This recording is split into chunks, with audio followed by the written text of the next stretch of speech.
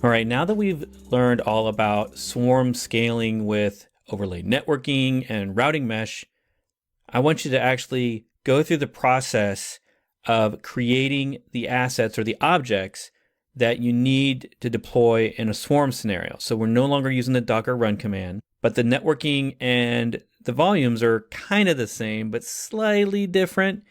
I want to give you a real world scenario of a multi-tier app, and we're going to use Docker's distributed voting app. So it's actually called the example voting app. You might have seen it in Docker keynotes or in other labs or tutorials. It's a pretty common and I think a great app because it's got at least 5 roles to it or different containers that you need to deploy.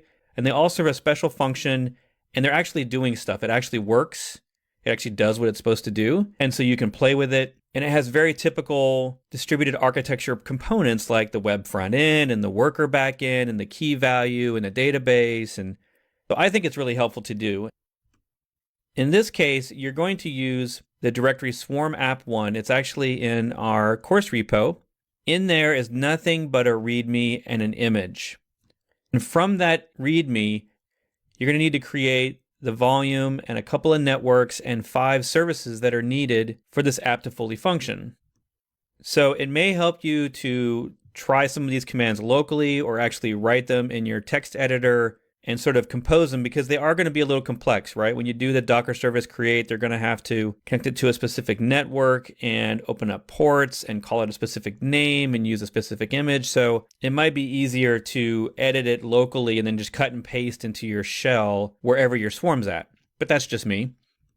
Everything's going to use Docker Hub images because in a production swarm, you don't want to be building. That's not a process you want on your production swarm typically. Usually you want to do your building either through some automated online service like Docker Hub or Docker Cloud or somewhere in your CI/CD pipeline that's not eating resources on your production swarm.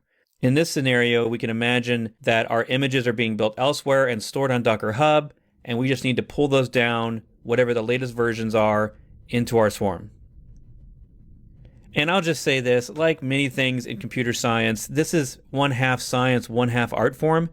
Your commands could be in totally different orders or have totally different option orders than mine. You might call your networks different things. That's fine. The end result is that the application works, that they're able to talk to each other in the proper way, and that you got all the ports published, and that you got the data protected in a volume. Let's take a quick look at what you're up against. Imagine you're having to design the commands and the architecture for this, and this is what the developer would give to you that wrote this app.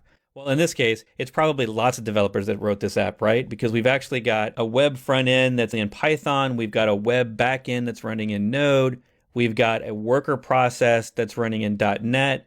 And then we've got a Redis key value store and a Postgres SQL database. This is actually something I see more and more often where different teams are writing different parts of a solution and they're able to just pick the language that they think is best for that scenario. And in the world of containers, this kind of application really shines. Because our applications are all segmented, they can still technically run on the same machine, but they're all protected from each other so that you don't end up with Node conflicting with dependencies on Python or whatever. You'll also notice here the traffic flow, and the voting app doesn't have it, but it should have a little arrow coming in that this is where the users would be coming in on the voting app part. And you can see that the voting app actually has to push your votes for this application, which, by the way, you're going to be voting for cats and dogs. It'll be pushing that into Redis, and then the worker will actually be checking the Redis system for anything in the queue, and then be pushing the results into Postgres, which will then be shown on a WebSockets backend that's actually live updating as you're voting. And if we jump into the directory real quick, I've put some notes in here to help you along the way, because there's a few things that are a little different and new, but the services area would be kind of written like it was from someone who knew their application but didn't know actually how to implement this in Docker. And that's a pretty common scenario. So you can see that in the services, I've listed which image you need to deploy, the actual name that you need to give it, because those are important. These are images that are unfortunately hard-coded for what names they're going to look for on the network. Ideally, you'd want applications that you could configure on the fly for what they need to do for names, but in this case, Vote is going to specifically look for a DNS record called Redis, You can see that there's actually two networks here. We have a front end and a back end network. And that's pretty typical also of a larger application where you maybe want to protect your database on a back end network so that the front end user app doesn't have direct access to it. And that's what we're showing here. You'll notice that the worker actually is connected to two networks. So when you use your create command, remember you're using Docker service create, not Docker run.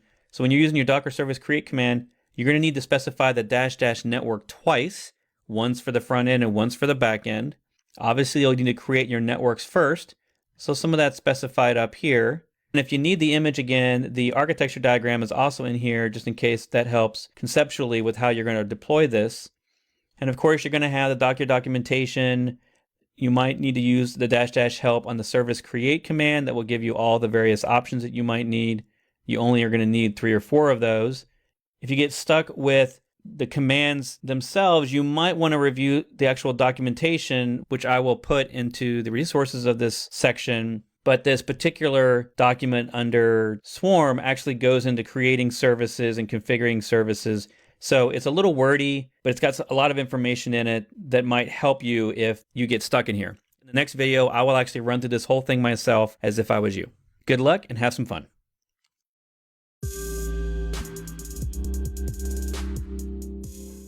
Okay, so what I'm going to do is I'm going to walk through each one of these services based on this architecture, and I'm going to create this app on the fly. I'm actually going to type the commands in here in the README because that seems like a logical place for me to do it, and then I'll cut and paste them into my node.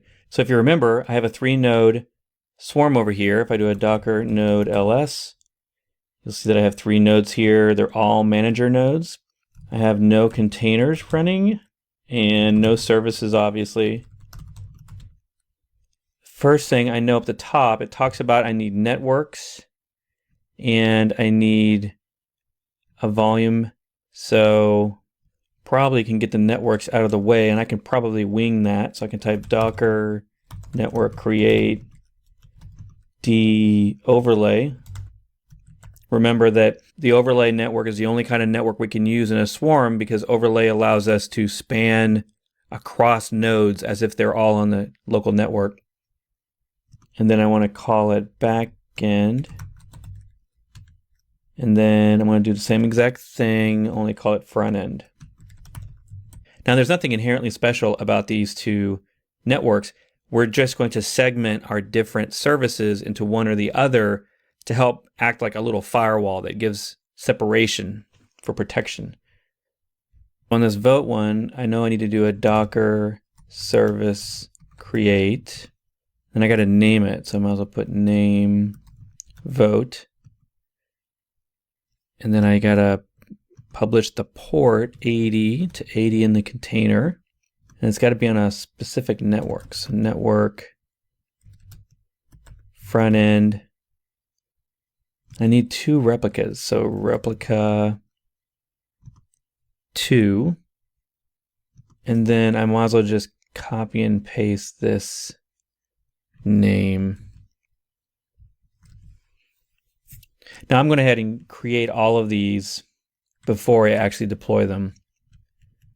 So I'm just actually copy this one down here. This one's going to be called, it's not going to be called vote, it's going to be called Redis. I don't have to worry about publishing any ports on that. It's going to be on the front end network. I want 2 replicas. And then I'm going to call it Redis 3.2 is the image. Down here, Docker service create name worker. It's got to be on 2 networks, so I got to do network front end and oops, I'm typing what I'm saying. Let's see, network back end, and then only 1 replica. So because 1 replica is default, I don't actually have to specify replica, and I don't have to specify any ports. So I think that's all I need there. Just need to copy over the image. Okay, Docker service create, name DB, network backend. Let's see, 1 replica. Oh, I need to do this volume. Okay, here's the thing about the volume. The -v command is not compatible with Docker services because for various reasons, services are going to be more complex than maybe your typical Docker run, and there were problems and limitations with the -v back in the day. So Docker has learned from that and improved the format, but it happens to be a little bit more verbose and maybe a little bit more difficult to remember the format starting out. So it also happens to be not well documented yet in the Docker documentation because it's less than a year old as a command. So we're going to just copy and paste this. If it doesn't make sense to you, basically it's this list of values that are all a part of a single mount command. And the minimums are a type, a source, and a target. There's also other things you can add on, but these are the only three we need in this scenario. And you can see my source is just a named volume because I don't have any slashes in it. And if we had slashes, it would have been a bind mount, and we would have had to have specified a different type. So down here, all right, -- mount, type volume, source DB data, target. All right, I think that's correct. And then we can just Postgres 9.4. And then the last one is the result app. So Docker service create name result network backend. Publish the port. I'm going to use 5001 to port 80 in the container. I only can run one of them. By the way, the only reason we're running one of these is actually a little known issue on this app is that this is actually using WebSockets. And WebSockets are something that require a persistent connection, right? So in the routing mesh, doesn't really do WebSockets well yet because it's going to keep switching you back and forth between containers, and that WebSocket needs to be to a specific container persistently. So with this app, what we should have really is a proxy in front of it, but it's not in this app yet. So probably in a later version, they'll update it and fix it so that we have a proxy. That way it can be redundant and ensure you're getting to the right container. So we're going to copy and paste this. The end. I just realized I'm missing the last value on these. Okay, and then I'm going to start at the top and just copy and paste. So I already created the networks. Yes, this needs to be replicas. Let me update that over here, replicas. Okay. And we're going to create the Redis. There we go. All right, created that one. Now you'll notice, by the way, I get back a service ID, but it doesn't mean that the service is actually deployed correctly. We'll look at that in a minute. Let me get the rest of these in there.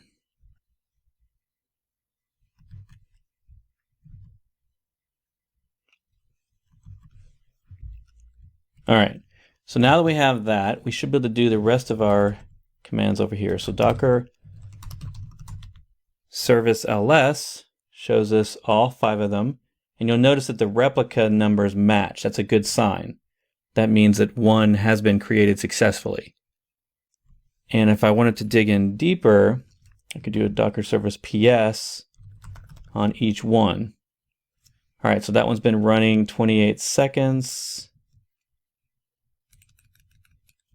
Redis has been running a minute. DB is running 53 seconds. Vote. Worker. Now you'll see here in the worker that we have a failed task that shut down, and then one that's been running for 47 seconds. Okay, so I actually know why this happened, but you may not know. So maybe we would have to do a logs. Now this is on node 2. But an experimental feature that you can enable through an optional config in Docker is actually to do the new experimental feature Docker service logs, which actually pulls logs from many different nodes. Hopefully it'll be released in the next version of Docker later this year, but for now it's experimental, so I had to enable it inside of the etc docker daemon log or daemon JSON file. And just so you know, this is how you would enable experimental. That's not a part of this. That's just something I did just so I could show this off real quick. So you might be seeing this error and you're thinking, I don't know, why is that happening? So we can look at that log. So we can do a Docker service log worker. Oops, logs worker. And this is all on this particular, let's see, these are two different, you can see here, this is one, and then the number changes. Actually, yeah, this is all one right here. So it says no such device or address. So what this basically means is I created a service that was looking for a DNS record that didn't exist because I hadn't created the other service yet. And it did the thing it's supposed to do in Docker land, which is when it has an error like that, the app should crash, because Docker can actually restart and redeploy things properly until the apps don't crash. And as soon as I got all my services launched, everything stopped crashing, and everything now works. And we can tell that by just going back and looking at the PS worker. We see that it's been running successfully for 3 minutes. So let's take a look at our app. So if I just pull up the IP address, I should get the dogs and cats. And I'm going to vote cats. And then if I go to that same IP on port 5001, I should see the results app. That's the app. We now know that it's working because the only way that this can change is if this goes all the way through and it gets caught up by the Redis and then processed by the worker and then put in the database. So we know that each of our app services are able to talk to each other, and we can look at the logs if we wanted to, but that's the demo.